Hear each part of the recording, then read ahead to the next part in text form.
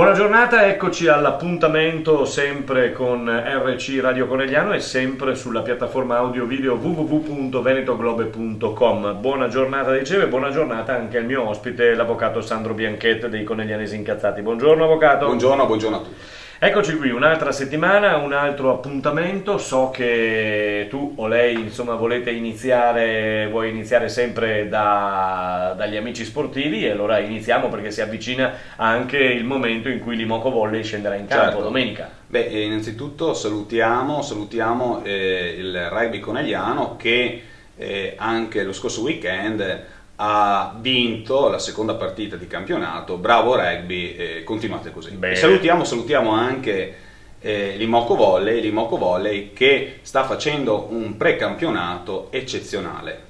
Domenica si inizia, e la prossima settimana si inizia sia con il campionato e sia con la Champions League contro il mitico Galatasaray di Istanbul. Bene, mercoledì al Palaverde. Allora, veniamo a noi invece. L'altra settimana siamo stati piuttosto, insomma, abbiamo dato un po' di notiziole piuttosto interessanti e speriamo naturalmente sempre che questo serva, lo diciamo sempre, non per criticare coloro che vivono appunto la nostra città o che amministrano la nostra città, ma soprattutto per movimentare, per muovere, per dare l'opportunità insomma di fare qualcosa in più, certo, giusto Carlo? Certo. Quindi noi da dove cominciamo? Cominciamo da un breve aggiornamento. Un breve aggiornamento, ok. Sì, in riferimento al giardino comunale di Corso Mazzini, sì. Il 13 ottobre scorso sono state postate alcune foto che ritraevano un angolo del giardino che nascondeva una piccola discarica. È stato poi il 14 ottobre effettuato un ulteriore sopralluogo e fortunatamente quell'area è stata disboscata, è stata ripulita. Il comune è intervenuto. Beh, meno male. Direi di sì. Ed è intervenuto anche per quanto riguarda quella zona, quell'area nascosta sempre del giardino dove sono state rinvenute queste famose siringhe. Adesso teniamo sotto controllo ovviamente il giardino, ovviamente le autorità preposte devono continuare a vigilare e perché no, anche gli amministratori locali potrebbero sicuramente verificare. Anche lo stesso cittadino, insomma, poi assolutamente c'è questo vostro sito che favorisce il tutto, quindi basta postare, basta mandare un SMS, basta scrivere su Facebook, insomma ci sono i modi per far sì che insomma la gente si accorga e possa fare qualcosa. Noi attendiamo le segnalazioni, sono sempre tante, ovviamente poi vanno verificate in occasione di sopralluoghi. Devo dire però che i cittadini che segnalano sono persone che sono molto precise e poi si trova riscontro nella realtà. Ecco, magari per quelli che ci ascoltano la prima volta, una delle primissime volte magari, cioè io faccio esempio, sono un cittadino, segnalo ai Coneglianesi Incazzati un problema che c'è. Poi cosa succede? Cosa succede? Ovviamente si vagliano le varie segnalazioni. Intanto guardate se è vera, verificate se è vera. Assolutamente, viene effettuato un sopralluogo, vengono effettuate delle fotografie, le quali poi vengono postate qualora ovviamente dovesse corrispondere alla realtà, e fino ad ora devo dire proprio di sì. E sono sempre tante, però ovviamente bisogna anche trovare anche il tempo, ecco. Ma io mi rendo conto, andando in giro, proprio l'altro giorno abbiamo trovato un'amica che abbiamo detto che eravamo di Radio Conegliano. Io ascolto sempre perché sono un'abbonata ha detto, quindi una fedelissima dei Coneglianesi Incazzati. Bene, ben venga, quindi è un salutone a lei. Fa solo che andiamo avanti. Poi per il nostro aggiornamento da dove andiamo? Io ho sentito una notizia purtroppo pessima proprio di questi giorni. Il Veneto è la regione più inquinata d'Europa. E veramente mi ha sorpreso, perché io pensavo ad esempio alla Lombardia. Fossimo fuori noi, invece no, mi pare che anche la provincia di Treviso sia abbastanza problematica su questo, no? Sì, e quindi la cosa mi ha sorpreso e secondo me quindi è anche un po' una responsabilità nostra e a volte anche di chi ci governa, perché ci sarebbe un mezzo così economico che è la bicicletta, che farebbe solo bene solo alla salute dal punto di vista fisico, quindi, e alla salute di ogni cittadino. E venendo a Conegliano, per quanto riguarda il discorso delle biciclette, mi pare che, a mio modesto parere, non si sia fatto e non si stia facendo a sufficienza per incentivare l'utilizzo della bici in città. E è stato fatto un sopralluogo recentemente presso il piazzale Zoppas di Conegliano, dove v'è una rastrelliera con 8 bici comunali ad uso pubblico. Piazzale Zoppas è la piazza coperta, il Biscione? Sì, al Biscione. Il Biscione. E queste bici rientrano in servizio centro in città, finalizzato alla valorizzazione del centro città e a favorire l'uso della bici. Nel sito del comune si trova anche un regolamento, troverete un regolamento che comunque è stato postato anche nella pagina Facebook Coneglianesi Incazzati, dove troverete tutte le informazioni necessarie per l'utilizzo corretto di queste bici. Diciamo una parola sola, basta recarsi presso l'ufficio ecologia del comune, versare 7 euro e si avrà una chiave codificata, verrà ritirata una chiave codificata. Poi per quanto riguarda il resto andatevi a leggere il regolamento che è fatto, che è molto preciso. E quindi è semplicissimo. Questa rastrelliera all'inizio non era in centro di fronte alla stazione o no? O mi sbaglio, o ce n'era una anche là? Ma diciamo che in Viale Carducci ce n'è già un'altra, ecco, ce n'è un'altra, però purtroppo oltre a parcheggiare le bici quindi del comune vengono parcheggiate anche bici dei privati e quindi non è molto decoroso.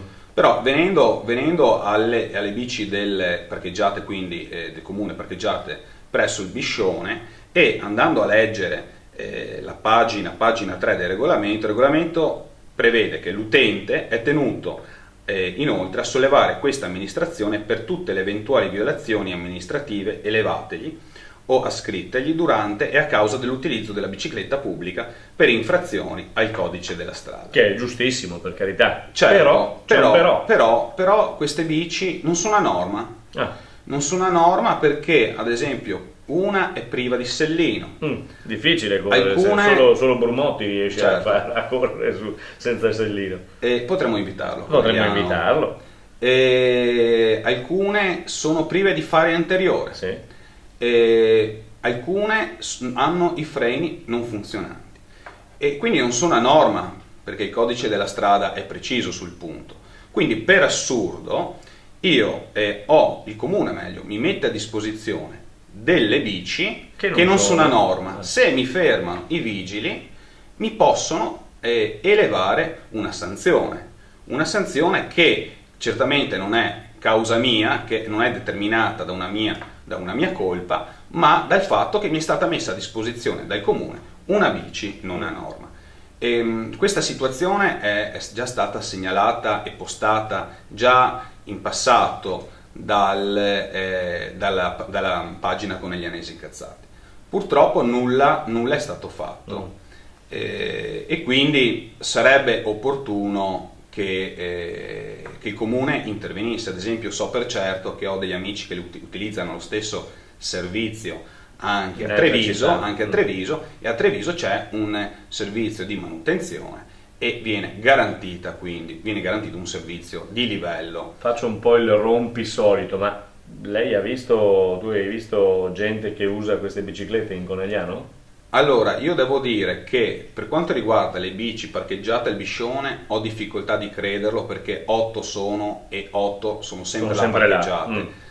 Penso che invece quelle parcheggiate nella rastrelliera di Viale Carducci vengano utilizzate.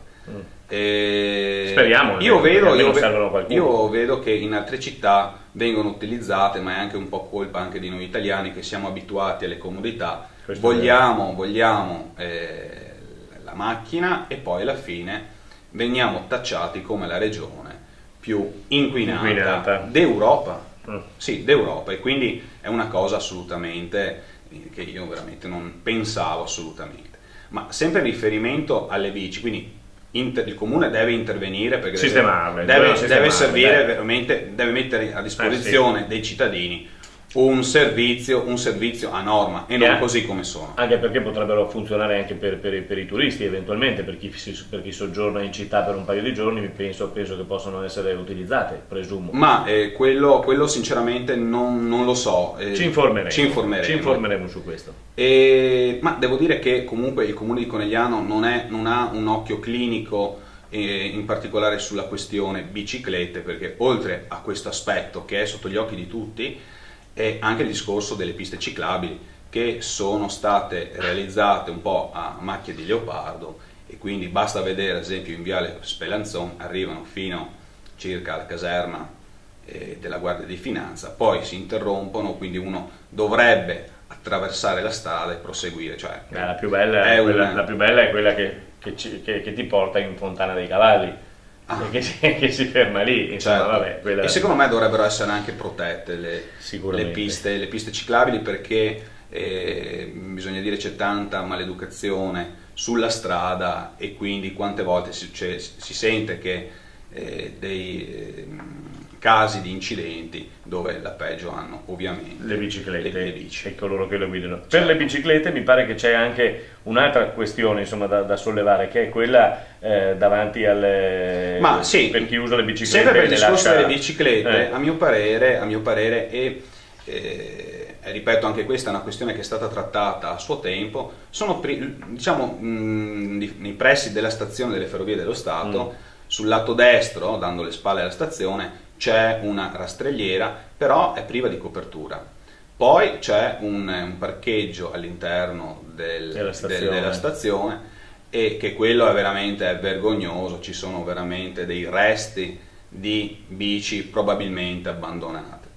E secondo me bisognerebbe imparare da alcune città. Io ho avuto modo di vedere, ad esempio, presso le stazioni, i parcheggi per bici presso le stazioni di Udine, Pordenone, Treviso, che presentano una copertura che secondo me dovrebbero installare anche a Conegliano, perché in questo modo le bici sarebbero tenute a riparo dai venti atmosferici, verrebbe garantito il decoro e incentiverebbe anche l'uso del velocipede. Sì. E là si capisce anche il rispetto che si ha per la bici,